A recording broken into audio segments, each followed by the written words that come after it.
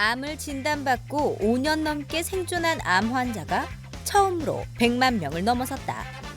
과거에는 암에 걸리면 죽음까지도 각오해야 했지만 이제는 암도 치료 가능한 질환이 됐다고.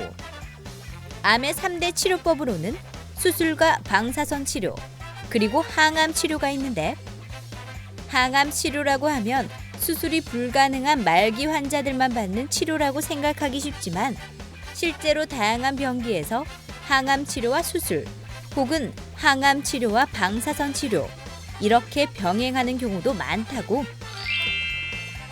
건강 A to G, 이번 시간에는 말도 많고 오해도 많은 항암 치료에 대해 집중적으로 알아보자. 네, 3대 암 치료하면은 수술과 방사선 치료 그리고 항암 치료를 꼽을 수가 있을 겁니다.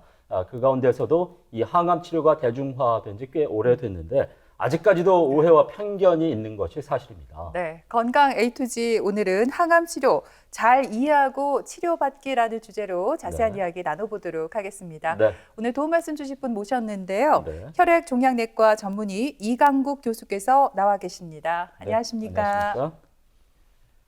네, 우리 의학 기술이 눈부시게 발전하긴 했지만 그래도 37년째 사망 원인 1위를 차지하고 있는 질환이 바로 암이라고 볼 수가 있겠습니다. 교수님, 이 기대 수명과 건강 수명이 크게 차이가 나는 이유도 여기에 있다고 봐야 되겠죠? 네, 그렇습니다. 우리가 건강하게 오래 사는 데 있어서 암이 끼치는 영향은 대단히 크다라고 할 수 있겠습니다. 그래서 통계청에서 발표했던 자료를 바탕으로 말씀을 드리면 2017년 기준으로 우리가 가지고 있는 기대 수명은 남자인 경우 80세, 여자인 경우 86세로 나타납니다. 이러한 기대 수명은 이전보다 많이 길어진 것인데요. 아쉽지만 암 발생률은 여전히 높은 것을 또한 확인할 수가 있었습니다. 네. 남자의 경우는 약 39%, 즉 5명 중에 2명꼴로 암을 겪게 되는 것으로 예측하고 있고, 여성의 경우 기대 수명까지 살게 되면 약 34%, 즉 3명 중에 1명꼴로 암을 겪게 될 가능성이 높다라고 예측하고 있습니다. 암 발생 현황을 좀 더 자세히 살펴보면 2016년과 2017년 사이의 변화만 보았을 때도 여러 가지 지표에서 암 발생자 수는 매년 좀 더 증가했던 것을 알 수가 있겠습니다. 어떠한 암이 가장 많이 생길까? 위암이 현재는 1등을 차지하고 있고 그 다음으로 대장암, 폐암, 그리고 갑상선암, 유방암이 그 다음 순위를 차지하고 있습니다. 하지만 이런 5대 암을 제외하고도 나머지 여러 가지 암들이 약 42%나 차지하는 것을 보았을 때 굉장히 다양한 암들이 우리에게 영향을 줄 수 있는 것을 또한 알 수가 있겠습니다. 이러한 지표를 바탕으로 생각해 볼 때 암이라는 것은 결코 우리에게서 멀리 있는 것이 아니라 우리 생활에 직접적으로, 간접적으로 굉장히 가까이 다가와 있는 것을 알 수 있습니다. 지피지기면 백전백승이라는 말이 있잖아요. 암도 그런 것 같아요. 암에 대해서 정확하게 알고 있어야지 암을 또 지혜롭게 또 극복할 수 있지 않습니까, 교수님? 암세포, 정상세포, 다른 특징들이 몇 가지 있다고요? 네, 그렇습니다. 암은 정상세포와 구별되는 몇 가지 특징을 가지고 있습니다. 우리 몸에서 어떠한 세포들이 정상적이지 않게 모여 있는 것을 종양이라고 이야기하는데요. 양성 종양처럼 그것이 덩어리로 형성이 된다 하더라도 나쁜 영향을 끼치지 않고 잘 지내는 경우도 있지만 악성 종양처럼 굉장히 공격적으로 우리 몸에 자리를 잡고 우리 몸에 악영향을 끼치는 경우가 있습니다. 악성 종양을 다른 말로 암이라고 이야기를 합니다. 이러한 암 세포는 정상세포와는 구별되는 몇 가지 특징이 있는데요. 첫 번째는 조절되지 않는 증식입니다. 정상세포는 어떠한 세포 손상을 받거나 혹은 일정한 시기가 지나게 되면 세포 자체가 죽게 되고 그리고 또 새로운 세포가 다시 태어나게 되는 정상세포가 주기를 가지게 되는데 암세포의 경우에는 그러한 과정 없이 끊임없이 증식을 하는 특징을 갖고 있습니다. 그렇기 때문에 처음에는 작은 세포로 남아 있었다 하더라도 점점점 더 커져서 큰 덩어리를 형성하고 우리 몸에 나쁜 영향을 끼칠 수가 있는 것입니다. 그리고 두 번째로 암세포는 제자리에 있지 않습니다. 다른 세포는 자기가 아까 태어난 자리에 그대로 머무르는 반면 암세포는 자꾸 주변 조직을 침범하는 특징을 가지고 있습니다. 그렇기 때문에 원래 있던 조직에서 벗어나 다른 조직으로 자꾸 침범을 하면서 다른 조직의 기능을 더욱더 떨어뜨리는 그런 영향을 줄 수가 있습니다. 세 번째는 원격 전이입니다. 암세포는 원래 생겼던 자리를 떠나서 다른 곳으로 멀리 갈 수 있는 능력을 가지고 있습니다. 이것은 암세포가 혈관을 타고 이동을 하였을 때 생길 수가 있는데요. 이것이 발생하게 되면 암은 우리 몸 곳곳에 있는 혈관을 타고 어디든지 갈 수가 있고 새로운 병소를 얼마든지 만들 수가 있는 능력을 갖게 됩니다. 이렇게 암이 진단되고 나면 암 치료법을 결정하게 됩니다. 암 치료법은 크게 보았을 때 수술, 방사선 치료, 그리고 항암 치료로 나눌 수 있습니다. 그리고 그 외에도 내시경적 절제술이나 간동맥 쇠전술, 복강내 항암요법, 그리고 혈액암 환자들에게 많이 사용하는 조혈모 세포 이식 같은 것들을 사용하기도 합니다.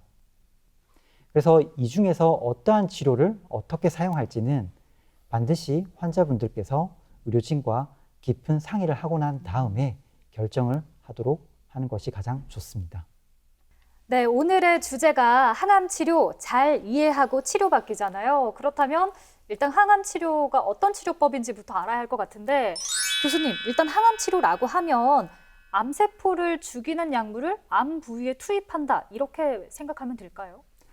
네, 맞습니다. 사실 항암 치료는 암세포를 죽이는 모든 약물 치료를 통칭할 수 있는 치료입니다. 그렇지만 이게 어떤 식으로 작용하는지에 대해서 알기 위해서는 약물이 어떤 식으로 투입되는지를 보아야 할 텐데요.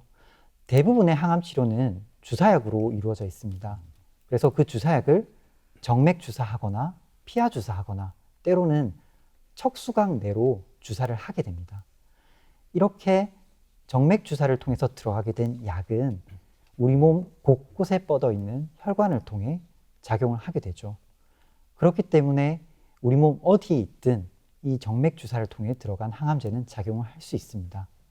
그리고 요즘은 항암 치료가 먹는 약으로도 많이 나와 있습니다. 그래서 환자분들께서 비교적 편하게 약을 복용하실 수가 있는데요. 이 먹는 약 또한 결국에는 우리 몸의 혈관을 통해 흡수되어서 전신에 작용을 하게 됩니다. 그렇기 때문에 이런 원리를 바탕으로 국소에 존재하는 암이 아니라 원격 전이를 동반한 암 치료에 있어서는 이러한 항암 치료가 가장 중요한 치료법이라 이야기할 수 있겠습니다. 네, 실제로 항암제는 2차 세계대전 때 무기로 개발한 독가스에서 실마리를 얻어서 최초로 사용되기 시작했다고 하는데 그렇다면 최초의 항암제가 나온 지도 벌써 80년이 다 돼간다는 얘기인데 그동안 참 많은 발전이 있었겠습니다. 어떻습니까? 네, 그렇습니다. 항암제는 1900년대 초반부터 시작해서 굉장히 많은 발전을 이루고 있습니다. 그리고 그 발전에 있어서도 굉장히 가속도가 붙고 있는 중이죠. 항암 치료의 종류에 대해서 조금 말씀을 드리도록 하겠습니다. 흔히 1세대 항암제라고 이야기하는 세포독성 항암제가 있습니다. 현재도 가장 많이 쓰이고 있는 항암제인데요. 이 항암제는 현재 대부분의 암들에서 가장 기본적으로 같이 적용이 되고 있고 그렇기 때문에 많은 환자들에게 적용이 되었던 연구들도 함께 있어서 그만큼 안정적으로 환자들에게 치료를 적용할 수가 있습니다. 두 번째로 2세대 항암제로 표적 항암제가 있습니다. 표적 항암제는 암 세포가 가지고 있는 특정한 표적을 가지고 그 표적을 공격하는 항암제인데요. 현재 굉장히 많은 종류가 나와 있고 1세대 세포독성 항암제에 비해서 부작용이 좀 적습니다. 그리고 최근에 가장 각광받고 있는 항암제로 면역 항암제가 있습니다. 이 면역 항암제는 우리 몸의 면역을 이용을 해서 치료를 하는 방식인데요.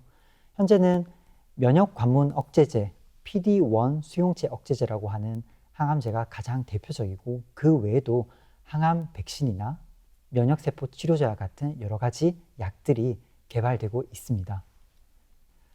각각의 치료에 대해서 조금 더 자세히 설명드리도록 하겠습니다. 세포독성 항암제는 세포 분열을 억제함으로써 항암 효과를 나타냅니다. 앞서 보여드렸던 것처럼 정상 세포는 그 세포가 자라나고 그리고 죽는 과정 중에서 정상적인 세포 주기를 가지게 됩니다. 하지만 암세포는 정상 세포와는 달리 끊임없이 증식하는 특징을 가지고 있죠. 이 암세포가 끊임없이 증식하는 과정도 정상적으로 세포가 증식하는 그 세포 주기를 거치게 되는데요. 이 세포 독성 항암제는 그 세포 주기를 끊어주는 역할을 합니다. 그렇기 때문에 그 어떤 세포보다 빠르게 증식을 하고 세포 주기가 돌아가고 있는 암세포는 이 항암제에 의해서 죽게 되고 더 이상 자라지 못하게 됩니다. 이 세포 독성 항암제는 그렇기 때문에 특징적으로 대부분의 암종에 사용 가능하다는 것이고, 앞서 말씀드린 것처럼 가장 오랫동안 암 환자들에게 도움이 되어 왔던 만큼 검증된 약이라고 이야기할 수 있겠습니다. 하지만 단점이 있습니다. 빠르게 분열하고 증식하는 세포를 공격하다 보니 우리 몸에도 영향을 끼칠 수가 있는데요.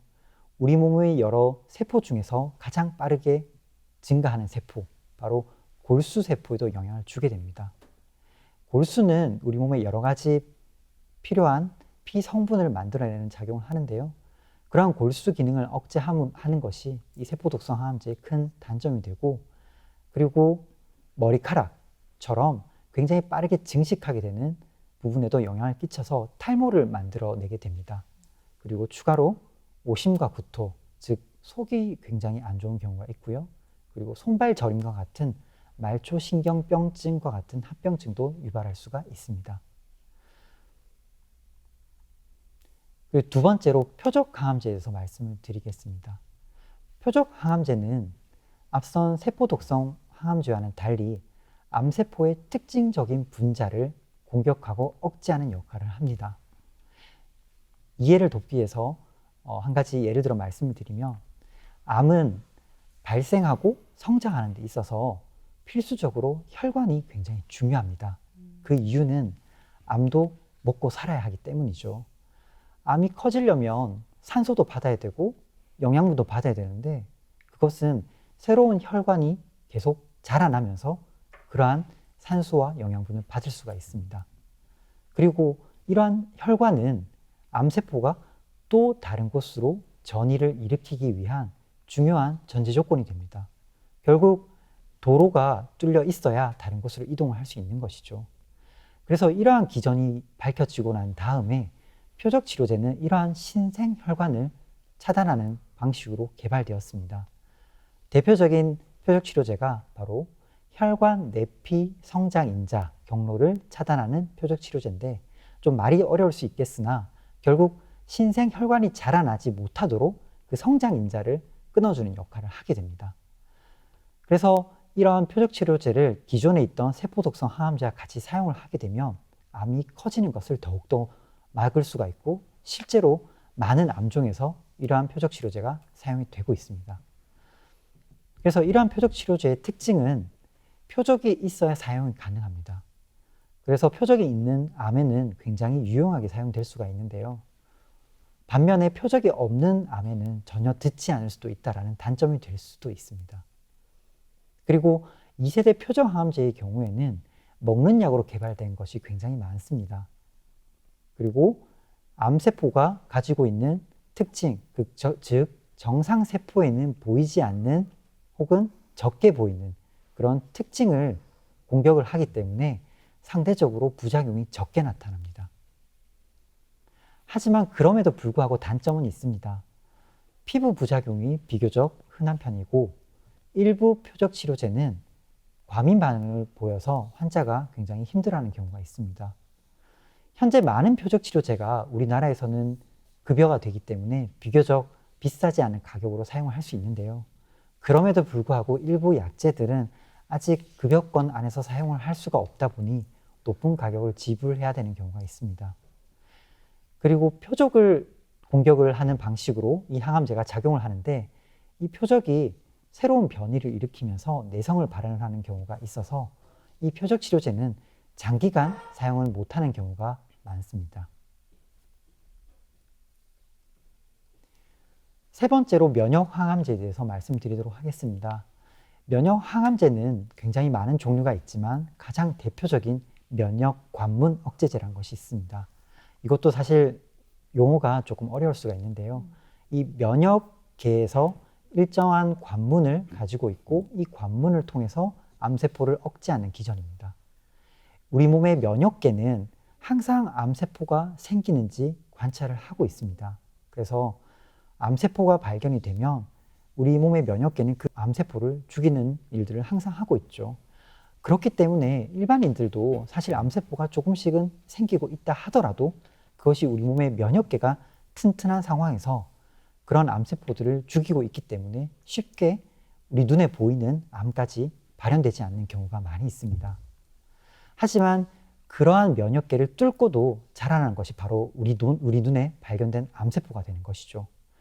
그래서 이러한 암세포들은 어떻게 이러한 면역계를 뚫을 수 있었는가, 이 면역계를 피할 수 있었는가 연구를 해보니 이렇게 그림에서 보이는 것처럼 우리 몸에 그 면역세포가 있는데 이 면역세포가 암세포와 만났을 때 이 암세포가 마치 자기가 암세포가 아닌 것처럼 이게 팔을 내밉니다.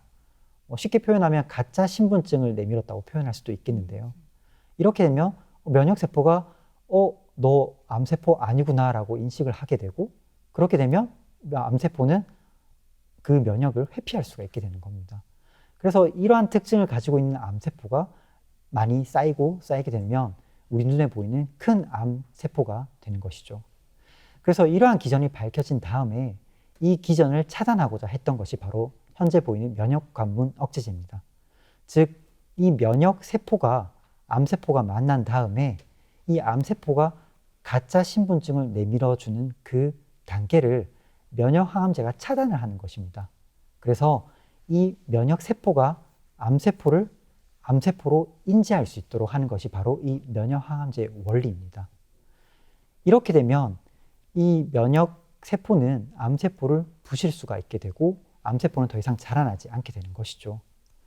그래서 실제적으로 이 면역항암제는 굉장히 유용하게 사용되고 있습니다.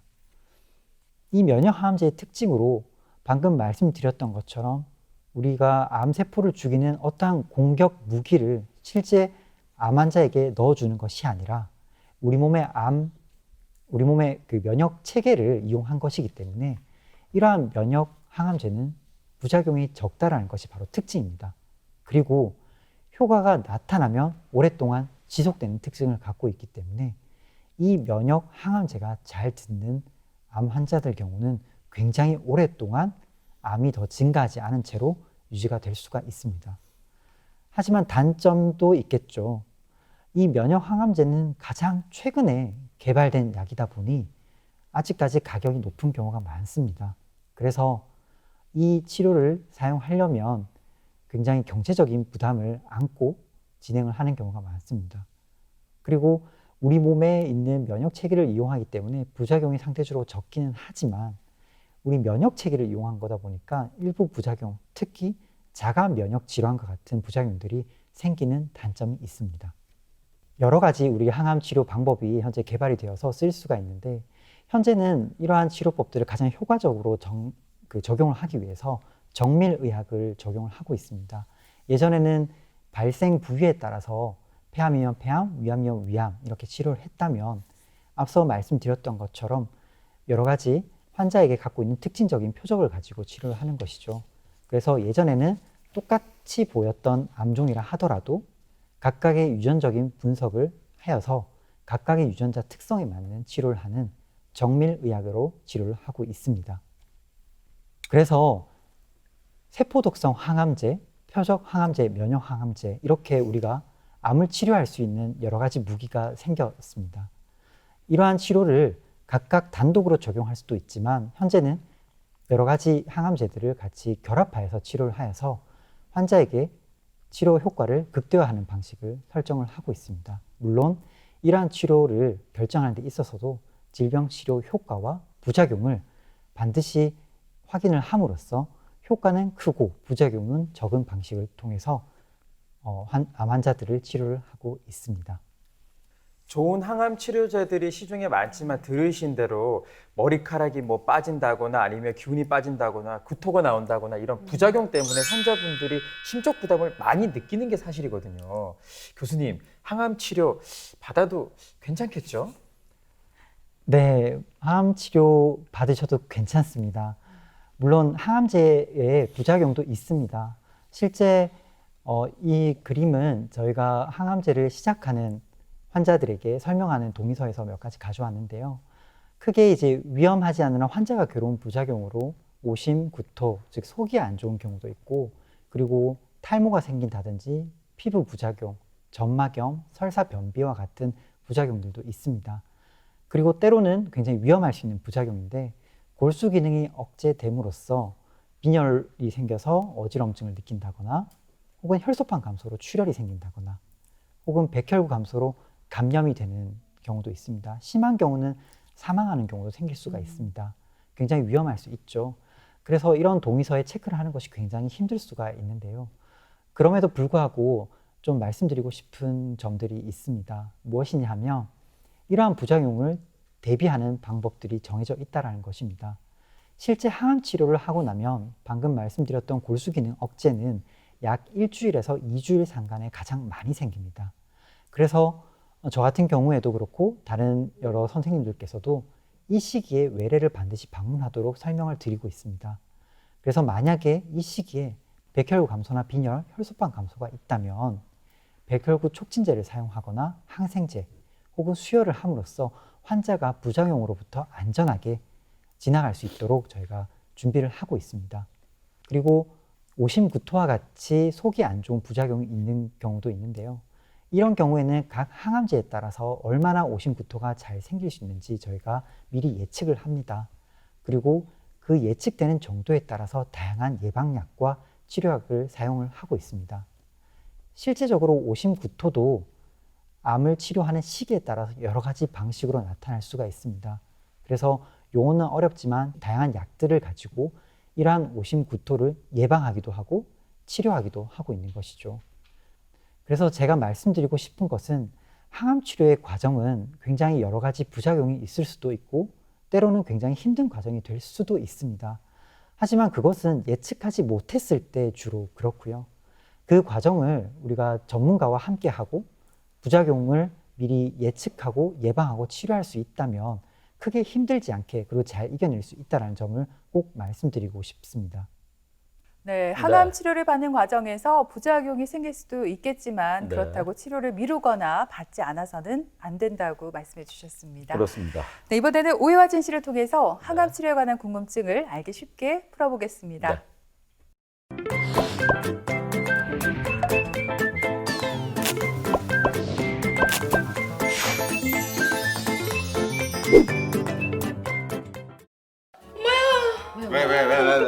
왜? 사망자가 또 늘었다. 어머, 아니 독감 예방주사 아직 안 맞았는데. 아유, 맞아도 되나 어찌해야 되노? 아이고 작년에 독감 예방주사 맞고 일주일 안에 사망한 어르신이 1,500명이랑 하나 1,500명. 맞다. 하긴 우리나라에도 매년 한 3,000명 정도가 독감이랑 독감 합병증 때문에 죽는다 하더라. 그래. 그 뭐라노 이번에는 특히나 코로나19랑 독감 때문에 그 뭐라 여기 적혀있네 여기 트윈데믹이라고 맞네. 트윈데믹 이것 때문에 올해는 독감 예방주사 무조건 맞아야 된다. 그래 무조건 맞아야 된다. 맞다. 그래야 되겠죠. 네. 예방주사 맞아야 되니까. 저 뭐지? 내 친구 미지 알죠? 아 그때 그 뭐지 암 걸렸던 그 친구요? 예, 폐암 걸렸잖아요. 어머나 어떡해. 그래가지고 폐암 걸려 지금 항암 치료 받고 있단다. 아유 맞다. 참, 아니 코로나19 때문에 이번에는 미자 씨 한번 보러 가지도 못했다. 그래 진짜 코로나19 잠잠해지면 진짜 한번 가봐야지. 내 회사 다니제 뭐 회사 있으면 사람들 오고 가재 이래 겁나니까 환자한테는 못 가겠더라고요. 맞아요. 특히나 또 언니가 가면은 안 그래도 면역력 떨어져 있는데 그 더 위험하다니까요. 나중에 더 괜찮아지면 그때 가요. 아 미자 언니 무슨 암이랬죠? 그 수술 안 돼서 항암 치료만 해야 된다 안 했어요? 금방 아까 얘기했잖아요 폐암이라고. 폐암이랬지. 그럼 몇 기예요? 3기. 3기라고 뭐 수술 못 받는다 걔가 일단 먼저 항암 치료 먼저 하고 있죠. 아이고 아니 근데 미자 씨는 담배도 안 피우는데 웬 폐암이래?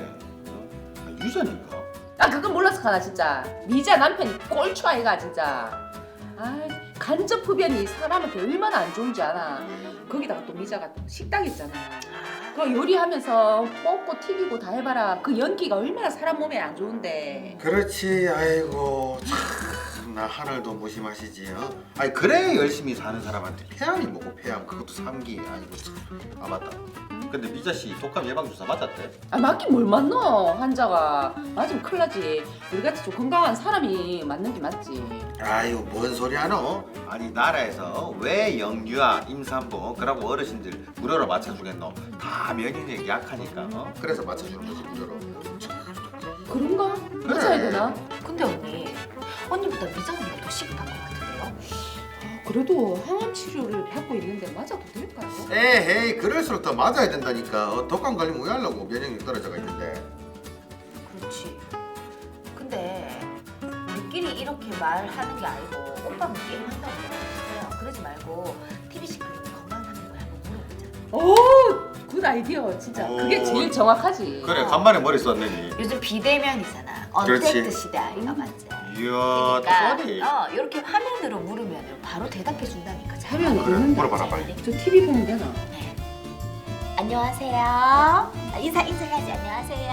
너무 고맙다. 네, 안녕하세요. 아니 보시기 어때요?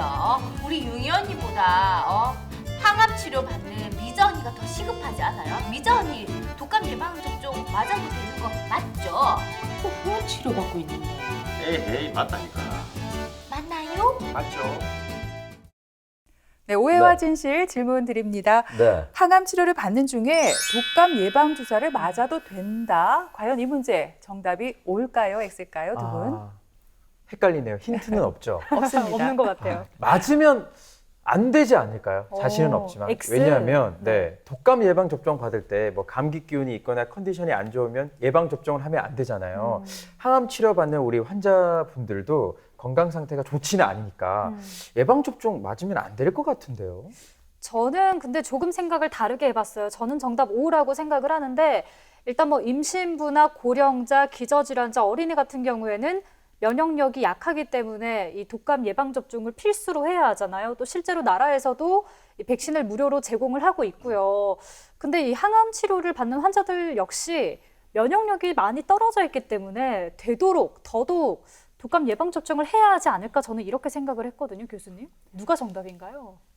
네, 정답은 예은 씨가 정답이 맞습니다. 그래요? 네네. 우리가 그 항암 치료를 하는 중에는 일반적으로 생백신을 맞는 것은 권하지는 않습니다. 하지만 암 환자의 경우 그 사백신 종류의 독감 예방 주사는 감염 예방을 위해서 오히려 매년 맞는 것을 저희가 권유드립니다. 물론 생백신으로 이루어진 독감 백신도 있는데 이것은 좀 피해야 하겠지만 그 외에 사백신 종류의 독감 예방 주사는 맞는 것이 좋고, 그리고 환자뿐만이 아니라 같이 생활하는 가족분들도 모두 같이 예방 접종을 하여서 감염에 대해서는 예방을 하는 것을 권유드리고 있습니다. 물론 항암 치료를 하고 있는 중이라면 이 항암 치료가 백신을 맞고 난 다음에 그 효과를 조금 낮출 수 있다라는 아쉬운 점이 있습니다만 분명한 것은 독감 예방 주사를 맞도록 권유한다라는 점입니다.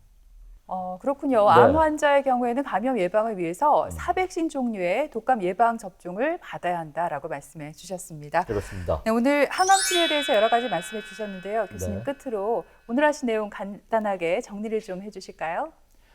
네, 암은 더 이상 일부 사람들만의 질병이 아니라는 점을 말씀드리고 싶고, 현재 이 방송을 보시는 분들 중에 암 치료를 하고 계신 분들도 있겠고 암 치료를 받고 있는 환자들의 가족분들도 계실 수가 있을 텐데, 현재 항암 치료는 계속적으로 발전하고 있는 중입니다. 부작용을 너무 겁내하지 마시고 예측 가능하고 예방 가능하고 치료 가능하니 부작용은 두려워하지 마시고 꼭 주치의 선생님과 상의를 해서 항암 치료를 잘 받아 나갔으면 좋겠습니다. 그리고 어쩌면 가장 중요한 부분일 수도 있는데요. 암 치료를 하는 와중이라고 해서 모든 것들을 내려놓고 포기하는 것이 아니라 하루하루를 굉장히 가치 있고 소중하게 보내시고 행복하게 보내시라고 항상 말씀드립니다. 제가 늘 말씀드리는 부분 중에 한 가지가 암 치료를 하고 있지만 정상인처럼 지내시라고 제 환자들께 말씀을 드리고 있는데요. 중요한 것은 일상을 지켜나가는 것이라고 생각을 합니다. 그래서 얼마든지 맛있는 거, 본인이 좋아하는 거 마음껏 드시고 늘 체력 유지를 위해서 운동하는 것을 잊지 않으시기를 다시 한번 당부드리고 싶습니다. 암 환자와 가족 모두 항암 치료를 받아야 된다고 하면 부담되고 참 걱정이 클 수밖에 없겠는데요. 하지만 또 막연한 두려움 때문에 치료를 거부하고 대체 요법만 의존하다가는 치료 시기를 놓쳐서 더 낭패를 볼 수가 있겠습니다. 네, 항암 치료 결코 쉽지만은 않을 겁니다. 네. 하지만 의료진을 믿고 잘 치료하면 암도 얼마든지 극복할 수 있다는 것 잊지 네. 마시기 바랍니다. 네. 네, 지금까지 이 시간 도움 말씀에 혈액종양내과 전문의 이강국 교수께서 수고해 주셨습니다. 네. 오늘 고맙습니다. 고맙습니다.